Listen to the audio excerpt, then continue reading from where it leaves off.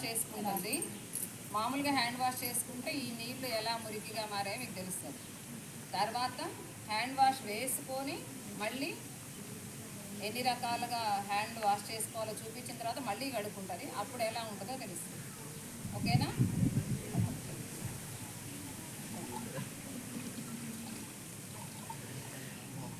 ఇప్పుడు ఒకసారి చూడండి, అమ్మాయి చేతుల నుంచి ఎట్లా వస్తున్నాయి నీళ్ళు. ఆ నీళ్లు మురికిగా ఉన్నాయా లేవా? మురికి ఉన్నాయా? సరే, అంటే ఇప్పుడు వర్షాకాలం కాబట్టి కొంచెం మనకి కలర్ నల్లగా అనిపిస్తుంది. ఇంక ఇప్పుడు హ్యాండ్ వాష్ వేసుకున్న తర్వాత అమ్మాయి చూపిస్తుంది వాళ్ళకి. అరే ఫస్ట్ స్టెప్ చూడండి.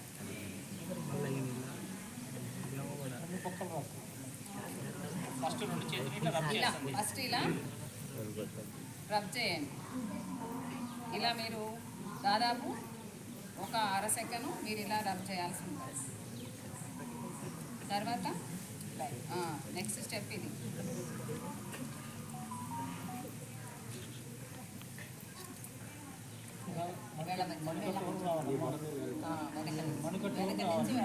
అది లాస్ట్ స్టెప్. తర్వాత వేళ్ళ మధ్యన ఇట్లా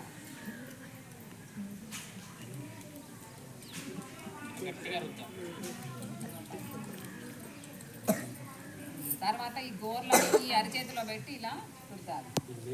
అరిచేతిలో మనకి ఆగుతాయి. దానికి తోడు ఈ గోర్లను ఇట్లా ఇట్లాంటి వల్ల గోర్లు ఇట్లా బయటికి గోర్లు తీసేయాలి. గోర్లు ఎప్పటికప్పుడు కట్ చేసుకుంటే మంచిది. మన మేడం చెప్పినట్టు సండే గోర్లు కట్ చేసుకుంటాం. ఇలా వేళ్ళని కూడా ప్రతి వేళ్ళని ఇలా రబ్ చేయాలి.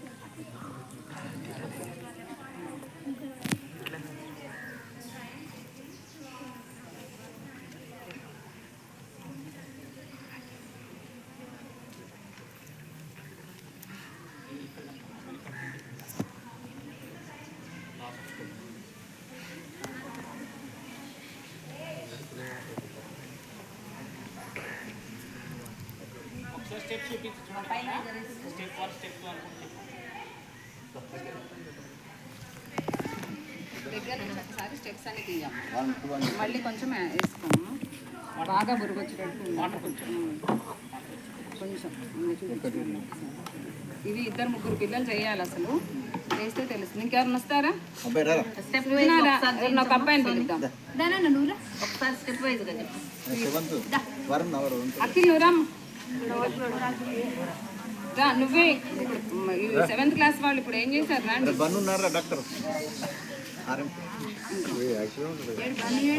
రెండు చేతులు ఒక చేయి కాదు, 2 చేతులు ప్రసాదం కాదు. అక్క రుద్దినట్టు అర్థమైందా? అక్క ఎలా చెప్తారు. ఫస్ట్ ఎలా రుద్దాలో చూపిస్తారు. 30 సెకండ్లు ఆ విధంగా చేయండి. 2 చేతుల్ని రుద్దటం ఒక 30 సెకండ్. 30 సెకండ్లు. దాని తర్వాత నెంబర్ 2 ఒకసారి పిల్లలందరూ కూడా 1 by 2 ఇలా అనుకోండి. మీరు కూడా అనుకోండి. వెనక వైపు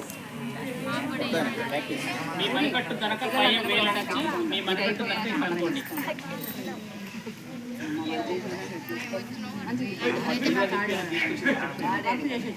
అందుకే వండి రమ్మన్నా. స్లాబ్లో ఎంత కూడా అదే వర్క్ చేశాడనే వండి రమ్మన్నా. నెక్స్ట్ వేళ్ళ మధ్యన ఇలా నెంబర్ 3 2 చేతులు వేళ్ళ మధ్య ఇటు 30 సెకండ్లు, ఇటు 30 సెకండ్లు. చెయ్యి పై నుంచి 30 సెకండ్లు, చెయ్యి తర్వాత నుంచి 30 సెకండ్లు.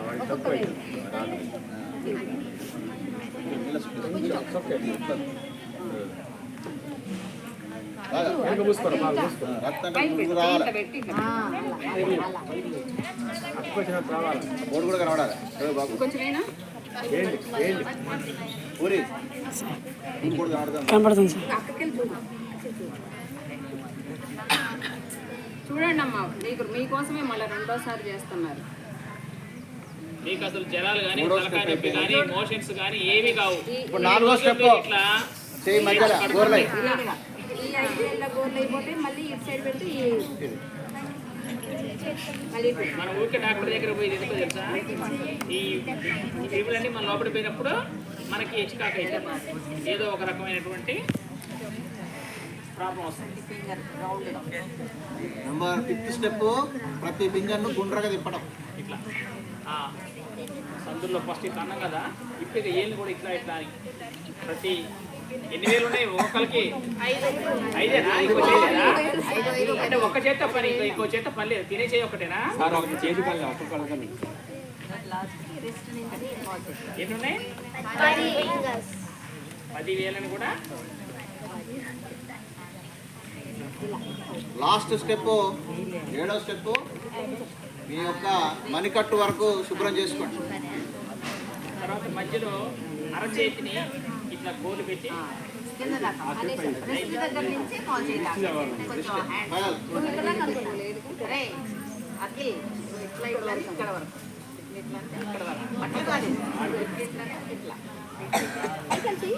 చేయి పైకి.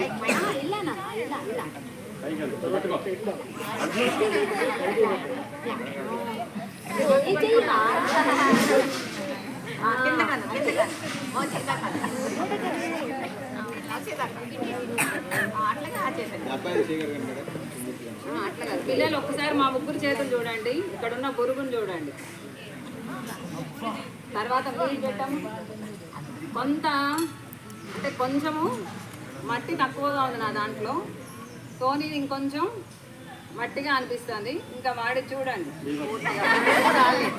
ఎందుకని వాడు ఇప్పటిదాకా మట్టిలో ఆడాడు, వర్క్ చేశాడు. అంటే మనం కావాలనే వాడితో మట్టి వర్క్ చేసినప్పుడు వాడికి ఎట్లుంటది మట్టి చేతుల్లో అనేది చూపించడం కోసమే వాడితో ఉండటం వల్ల అంత మట్టి ఉంటుంది.